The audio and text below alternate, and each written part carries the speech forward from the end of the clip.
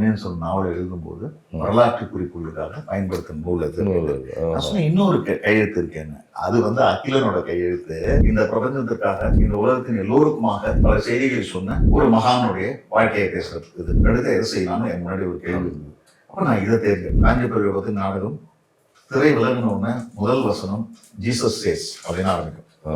நான் இதை குறிப்பா பண்ணேன். கோட்டைக்கு போய் தமிழ்நாட்டு தொல்லியல் துறைக்கு போய் சோழர் காலத்துல பயன்படுத்தப்பட்ட பொருட்கள் எல்லாம் கேட்டு இந்த மாதிரி விஷயத்த சொல்லி கடிதம் எழுதி கொடுத்தா அதை வாங்கிட்டு வந்து இந்த பக்கம் வச்சு அது ரெண்டுத்தையும் எடுத்துருங்கன்னு சொல்லிட்டா நான் எடுத்துதான் அதுக்கு மேல மீறி பண்ண முடியாது.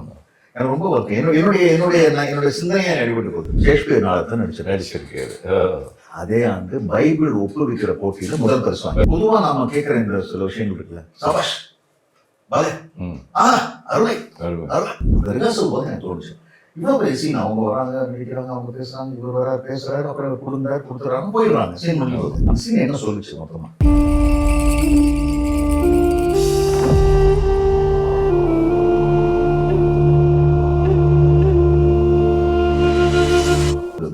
டிஃப்ரெண்டா அவர் கையெழுத்து. அப்ப நான் கேட்டேன், ஐயா இது அது கல்கியில் வந்து பொன்னியின் செல்வன் நாவலை எழுதும்போது வரலாற்று குறிப்புகளுக்காக பயன்படுத்தும் நூல் அது. இன்னொரு கையெழுத்து இருக்கு என்ன, அது வந்து அகிலனோட கையெழுத்து. ஏன்னா அதுக்கு பிறகு அவர் வேங்கை மைந்தர் எழுதும்போது இந்த நூலை வாங்கிட்டு போனார். அப்ப அந்த நிமிடம் எனக்கு ஒன்று தோணுச்சு. ஏன்னா எனக்கு ஆரம்பத்துல தான் என் பங்கா ஏதாவது நினைச்சிட்டே இருந்தேன். அந்த நிமிடம் எனக்கு தோணுச்சு. சொன்னா ஐயா எனக்கு ஒரு 1/2 மணி நேரம் டைம் கொடுங்க, நான் இங்க பக்கத்துல போய் ஸ்டூடெண்ட்ஸ் ஜெராக்ஸ்ல போய் இது முழுக்க எடுத்துட்டு வந்துடுறேன், எடுத்துட்டு வந்து உங்ககிட்ட கொடுத்துட்றேன், நான் வந்து இதை உபயோகப்படுத்திக்கிறேன் என்னுடைய நாடகத்து போது. வெளியில நான் ராஜமாணினார் பேர புத்தகத்தை எடுத்துட்டு பேர் போயிருக்கேன், வச்சுக்கோங்க, என்ன வேணா உபயோகப்படுத்துங்க, அப்புறம் கொடுங்க.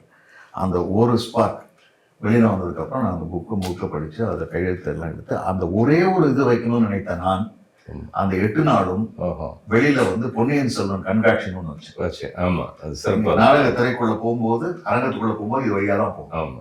முழுக்க இந்த ஒரு பகுதி முழுக்க பொன்னியின் செல்வன் தொடர்பான விஷயங்கள்.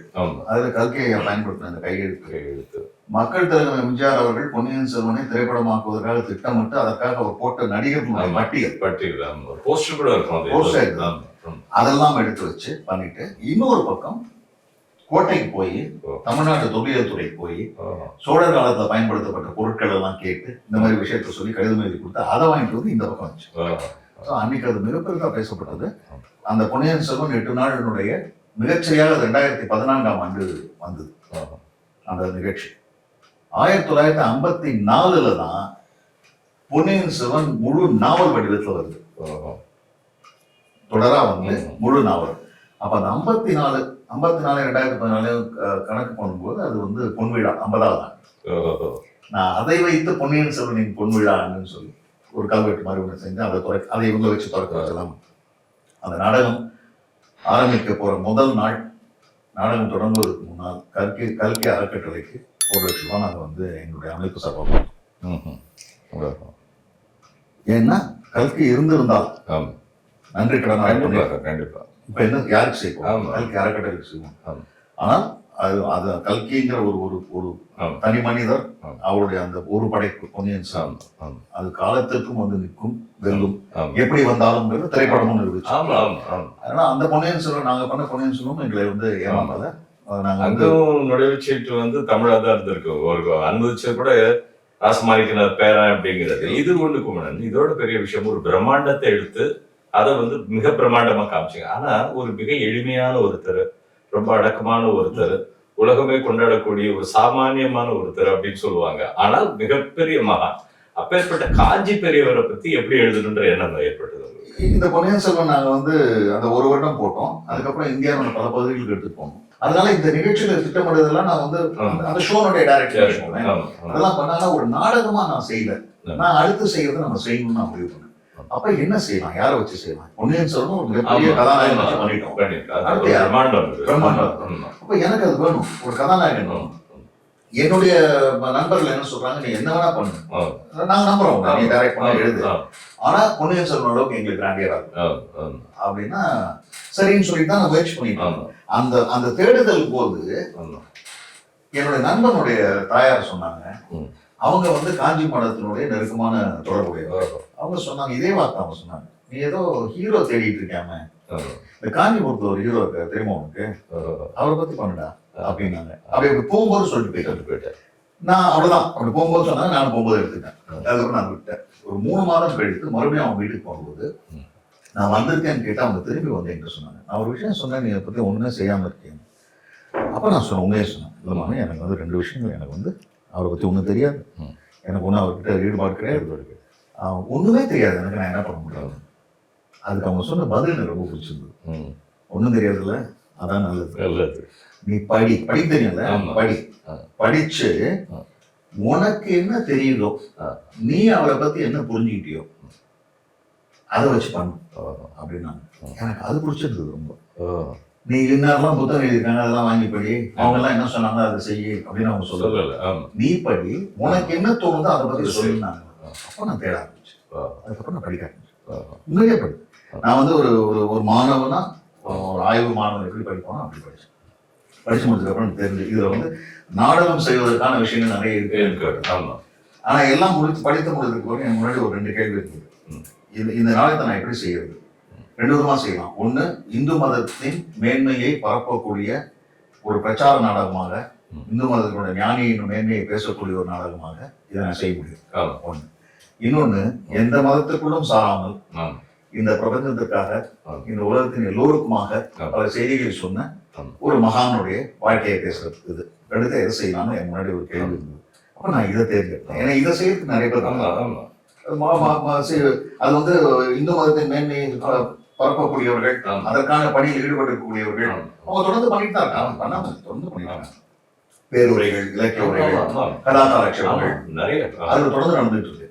அப்ப இந்த வாய்ப்புல இதுக்கு முன்னாடி யாரும் அதை பண்ணல. என்னுடைய நாடகத்திற்கு முன்னால் மகாபலியோட வாழ்க்கை வரலாறு எடுத்துக்கிட்டு அதை வந்து 3 மணி நேரமும் 3.5 மணி நேரம் நாடகமும் பண்ணலாம். அப்ப இந்த வாய்ப்பு கிடைச்சிருக்கு, நான் இதை இப்படி பண்ணேன். ஆனா அது உண்மை குமரன். இப்ப அவர் இந்து மதத்துக்கு மட்டும் சொந்தம் இல்லை, பெரியவர் வந்து எல்லாருக்கும் பொதுவான அன்பை பரப்பு, எல்லோரையும் நேசின்ற ஒரு விஷயம் ஒரு இதுக்கு சொந்தமாகாது. சோ பொதுவான அதுதான் அவர் உண்மையதான் நீங்க பண்ணிருக்கீங்க. தனிப்பட்ட முறையில ஒண்ணு இல்ல, நீங்க குருமார்கள் சொல்லக்கூடியவர்கள், அதாவது மத குருமார்கள் அல்லது வழிகாட்டுகள், இறை தூதர்கள், என்ன வேணா சொல்லுங்க, அவங்க சொன்னது எல்லாமே எல்லோருக்குமானதுதான். இது நடுவில் சிலர் அவரோட வசதிக்காக புரிந்து கொள்கிறாரு தவிர யாரும் வந்து நீ அடுத்தவனுக்கு தீங்கு செய்யும் சொல்ல முடியாது. அப்ப அங்க பின்பற்றவர்களுடைய குழப்பம் தான் அது ஒரு பகுதியை வச்சுக்கோங்க. அப்ப நான் இதை தேர்ந்தெடுத்து நான் இந்த பணியை எடுத்துக்கிட்டு நான் வந்து நாடகம். எப்படி அனுமதி கிடைச்சது அதுக்கு நீங்க செய்யறதுக்கு? நான் வந்து முழுக்க அந்த ஸ்கிரிப்டை முடிச்சுட்டு நான் வேற ஒரு தலைப்பாக இருந்ததா நான் யாருமே இதுக்கு நான் கேட்டுக்க மாட்டேன், அனுமதியோ அங்கீகாரமா கேட்டுக்க மாட்டேன். ஏன்னா என்னோட எழுத்துல நம்பிக்கை இருக்கு.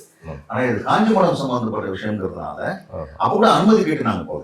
இந்த நாடகத்துக்கு இசை வந்து மேண்டலின் யூ ராஜேஷ், மேண்டலின் ஸ்ரீனிவாசனுடைய சகோதரர். அவர் காஞ்சி மடத்தினுடைய ஆஸ்தான வித்வான். மேண்டலின் அவர் தான் மியூசிக் இருக்கு. முழு நாடகத்துக்கும் ஒரு திரைப்படத்துக்கு பண்ண மாதிரியே இதுக்காக நாங்க 2 பாடல்கள் எழுதுறோம், தனியா பண்ணோம். நான் தான் பாட்டு எழுதுனேன். அப்ப அவர்கிட்ட போய் செய்தியா சொல்லலாம், செய்தியா சொல்லி நான் ஸ்கிரிப்டை கொடுத்து அவர் ஆசீர்வாதம்லாம் பண்ணாரு.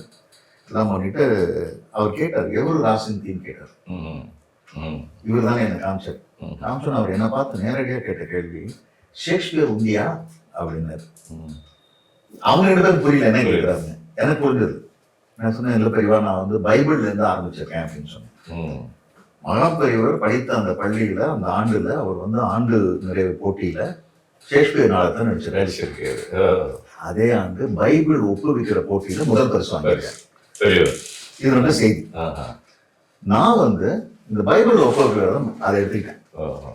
மகாபெரியவரை பத்தின நாடகம் நீங்க உட்கார்ந்துருப்பீங்க, காஞ்சி பெரியவரை பத்தின நாடகம் திரை விலகினோடனே முதல் வசனம் ஜீசஸ் சேஸ் அப்படின்னு ஆரம்பிக்கும். நான் இதை குறிப்பா பண்ணேன், குறிப்பிட்டு பண்ணேன். அப்புறம் எல்லாம் முடிஞ்சிச்சு. அவர் ஆசீர்வாதம் கொடுத்துட்டு எந்திரிக்கும் போது ஒரு மேண்டலின் ராஜேஷ் வந்து அவர்கிட்ட கேட்டார், தெருவில் கேட்டார், இந்த மாதிரி இந்த விளம்பரத்துல வித் த பிளெஸிங்ஸ் ஆஃப் காஞ்சி காமகுடி பீடாதிபதினு போட்டுக்கலாமான்னு கேட்டார். அவர் கேட்டவுடனே ஸ்கிரிப்டை வைங்கன்ட்டார். நீங்க வச்சிடுங்க, நான் பார்த்துட்டு சொல்றேன் அப்படின்ட்டு வந்துட்டோம். எனக்கு வரும்போது ரொம்ப பெரிய வருத்தம். ஏன்னா அவங்க படிச்சுட்டு இதை எடுத்துருங்கன்னு சொன்னா எடுத்தாங்க, கொடுத்ததுக்கு அப்புறம் எடுக்காம இருந்தாங்க. அதே மாதிரி இன்னொரு காட்சியில் நான் 2.5 நிமிடம் பாங்கு ஒலித்ததுன்னு எழுதியிருக்கேன். என்னோட பிளானே 2.5 minutes பாங்கு வரும் அந்த ஒரு பாட்டுல.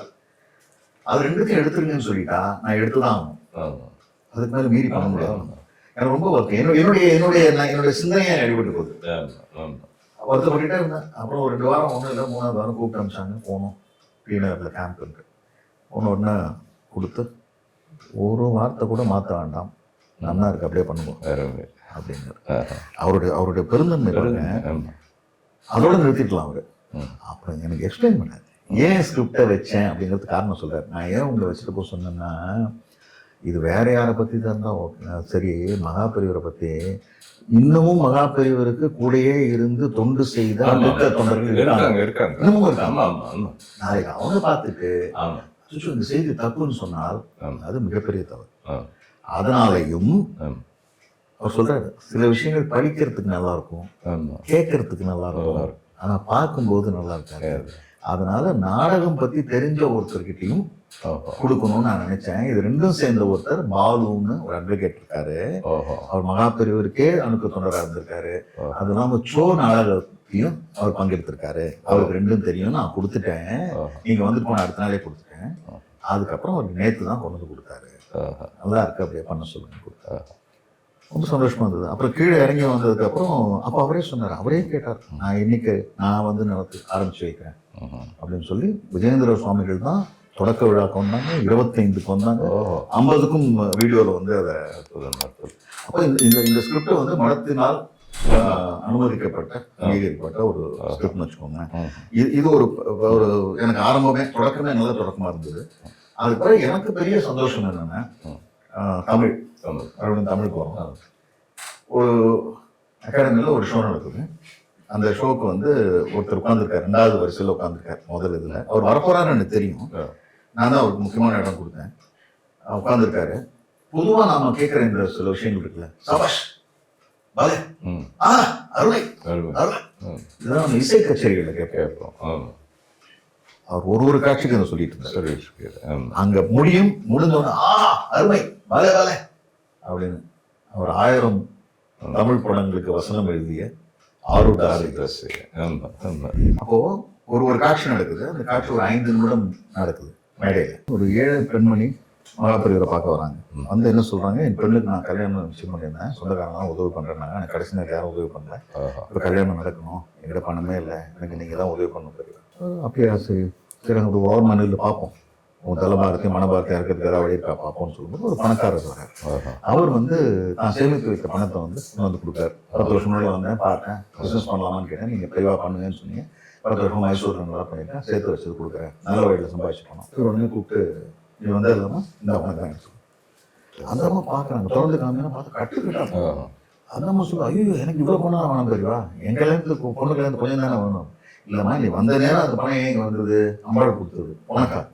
இதெல்லாம் சிக்கனமாக செலவு பண்ண, எல்லாரையும் சொல்லியிருக்கேன், சிக்கனமாக செலவு பண்ணுங்க, பட்டுப்புடவை வாங்காதீங்க, வாங்கினேன் என் பேரையும் போடாதீங்க அப்படின்னு சொல்கிறேன். எல்லாரும் என்ன பண்ணுறா, பட்டுப்புடவையும் வாங்கிக்கிறேன், என் பேரையும் போட்டா என்ன பண்ண முடியும், நீயாவது உன் பொண்ணுக்கு சிக்கனமாக கல்யாணம் பண்ணிட்டு மிச்சம் பணத்தெல்லாம் பேங்க்ல போட்டு வை, நான் வரிசையெல்லாம் வருவேன், அதுக்கு பண்ணு அப்படின்னு சொல்கிறாரு. நீ உன் கையில் எடுத்து கொடுப்பா அப்படிங்கிறாரு. இவர் எடுத்து கொடுக்குறாரு. 2 பேரும் ஆசீர்வாதம் பண்ணுறாரு. 2 பேரும் உள்ள போயிடுறாங்க. சாப்பாடு பண்ணி வைங்கன்னு போயிடுறாரு. எழுந்திரிச்சு பெரியவர் திரும்பி போறாரு. அப்போ பெரியவரோட என்ட்ரி போயிட்டு வர இடங்கள்லாம் நான் வந்து அரங்கர சங்கர் ஜெயசங்கர் பாட்டு போட்டுருக்கேன், அந்த மியூசிக்.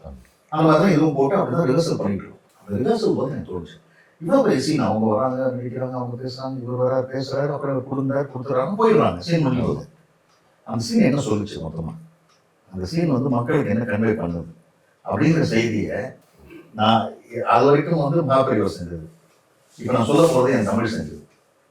ஒரு பெரியவர் எந்திரிச்சு அப்படி இருப்பார், என்கிட்ட திரும்பி அண்ணா அப்படின்னு பெரியவா சொல்லுங்க பெரியவா, என்னோட சிஷ்யர் ஒன்று கவனிச்சியோ, தன் தேவைக்கு மேல இருக்கிற பணத்தை அடுத்த வாழ்க்கை உபயோகப்படுத்தணும்னு கொண்டு வந்து கொடுக்குற ஒரு தன் தேவைக்கு மேல இருக்கிற பணம் தனக்கு வேண்டாம்னு சொல்ற ஒருத்தி.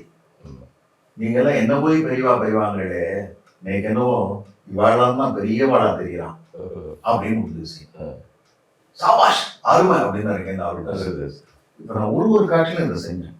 ஏன்னா அந்த காட்சி என்ன சொல்லுதுங்கிறத கடைசியா சமர்ப்பணி சுருக்கமாக மக்களுக்கு சொன்னா, இந்த செய்தி இருக்குல்ல, தன் தேவைக்கு மேல இருக்கிறவங்க அடுத்தவங்களுக்கு உதவி பண்ணதுக்காக கொடுக்கணுங்கிற செய்தியும், தன் தேவைக்கு மேல இருக்கிறது தனக்கு வேண்டாம்னு சொல்ற செய்தியும் எல்லோருக்குமான செய்தி, எல்லோருக்கும் போய் சேர வேண்டிய செய்தி. கண்டிப்பா அதே இந்த காட்சியை பயன்படுத்தி கொண்டு நான் தமிழ் மூலமாக செய்தேங்கிறது தான் அதில் குறிப்பிடுவேன். இப்போ இது ஒரு மிகப்பெரிய விஷயம் குமரன். இப்போ நம்ம தமிழ் எங்கள் உயிருக்கு நேரம், அந்த உயிரை பற்றி பேசுறதுன்றதுக்கு நேரம் அப்படி சொல்ல முடியாது. அதுக்கு மேல தமிழ் என்ன இவ்வளவு பெரிய சிறப்புன்னா, தமிழ் கடவுள் முருகன் சொல்றாங்க.